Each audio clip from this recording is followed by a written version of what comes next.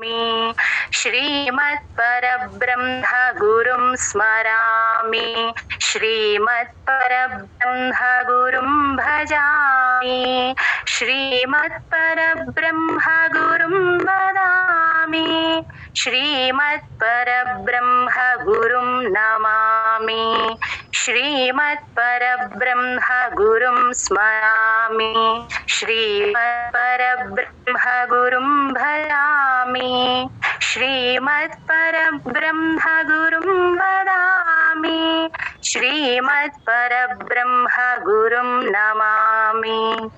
जय गुरुदत्त। जय गुरुदत्त।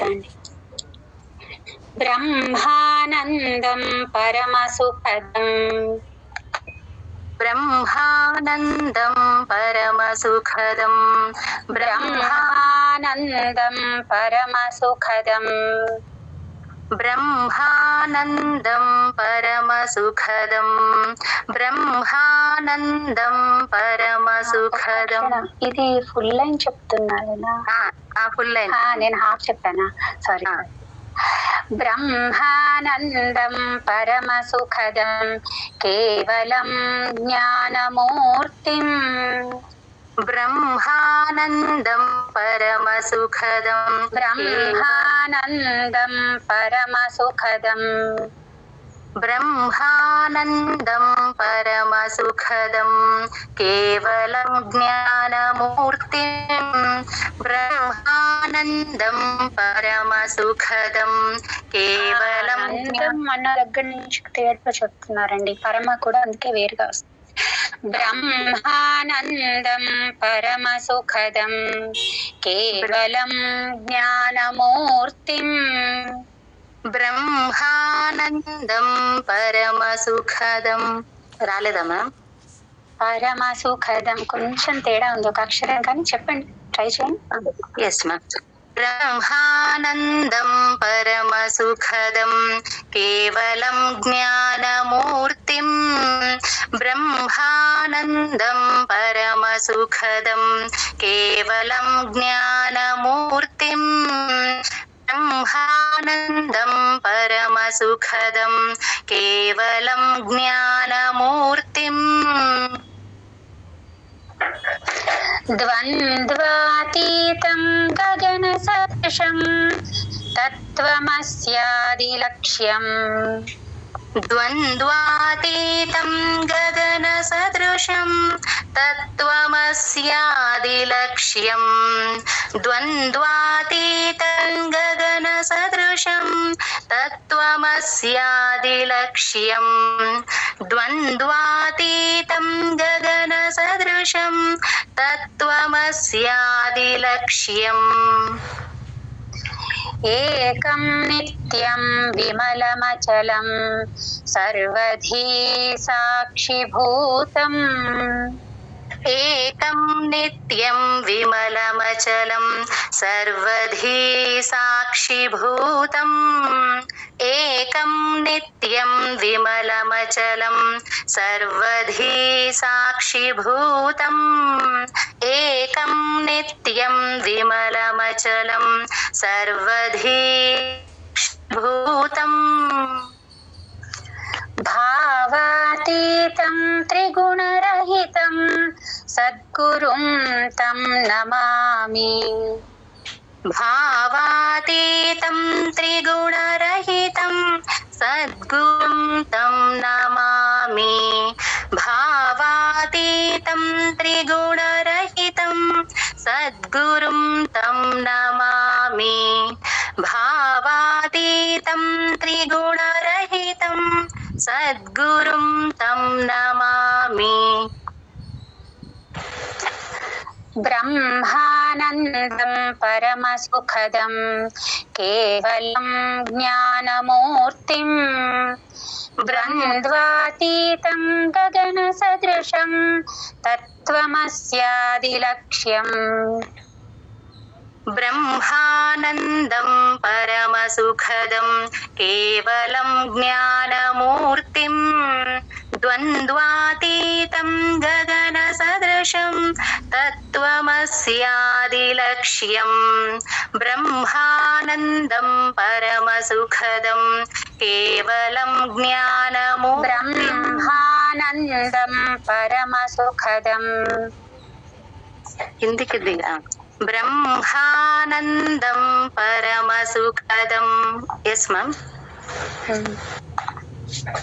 బ్రహ్మానందం పరమసుఖదం కేవలం జ్ఞానమూర్తిం ద్వంద్వాతీతం గగన సదృశం ద్వంద్వాతీతం గగన సదృశం తత్వమస్యాదిలక్ష్యం. ద్వంద్వాతీతం గగన సదృశం తత్వమస్యాదిలక్ష్యం బ్రహ్మానందం పరమసుఖదం కేవలం జ్ఞానమూర్తిం ద్వంద్వాతీతం గగన సదృశం. ఈడపోతున్నా ద్వంద్వాతీతం గగన సదృశం. మీరు గగన పరమ రెండు వేరేలాగా అంటున్నారు. ఆ నందం తీతం వేరేలాగా దించుతున్నారు, అందుకని యాజ్ ఇట్ ఈస్ రావట్లేదు. Yes ma'am. గగన దగ్గర పోతుంది మ్యామ్ సెకండ్ లైన్. ట్రై చేయండి. మూడోసారి ఇది. Yes ma'am. చదువు. ద్వంద్వాతీతం గగన సదృశం తత్వమస్యాదిలక్ష్యం. కొద్దిగా వేరే వస్తుంది. 3 times అయిందా అండి? ఎస్. ఏకం విమలమచరం సర్వధీ సాక్షిభూతం భావాతీతం త్రిగుణరహితం సద్గురుం తం నమామి. ఏకం నిత్యం విమలమచలం సర్వధీ సాక్షిభూతం భావాతీతం త్రిగుణరహితం సద్గురుం తం నమామి. ఏకం నిత్యం విమలమచలం సర్వధీ సాక్షిభూతం భావాతీతం త్రిగుణరహితం సద్గురుం తం నమామి. ఏకం నిత్యం విమలమచలం సర్వధీ సాక్షిభూతం భావాతీతం త్రిగుణరహితం సద్గురుం తం నమామి. బ్రహ్మానందం పరమసుఖదం కేవలం జ్ఞానమూర్తిం ద్వంద్వాతీతం గగన సదృశం తత్వమస్యాదిలక్ష్యం. ఏకం నిత్యం విమలమచలం సర్వధీ సాక్షిభూతం భావాతీతం త్రిగుణరహితం సద్గురుం తం నమామి. బ్రహ్మానందం పరమసుఖదం కేవలం జ్ఞానమూర్తిం ద్వంద్వాతీతం గగన సదృశం తత్వమస్యాదిలక్ష్యం. ఏకం నిత్యం విమలమచలం సర్వధీ సాక్షిభూతం భావాతీతం త్రిగుణరహితం సద్గురుం తం నమామి.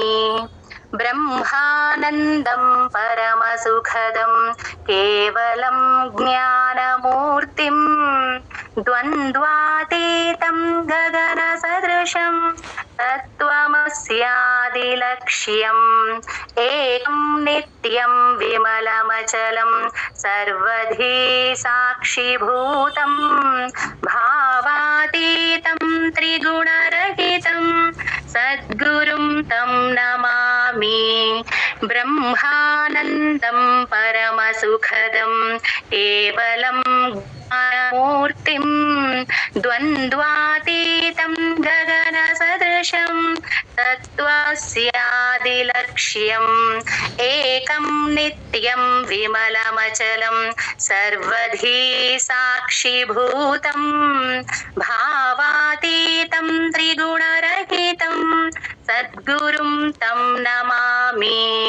బ్రహ్మానందం పరమసుఖదం కేవలం జ్ఞానమూర్తిం ద్వంద్వాతీతం గగన సదృశం తత్వ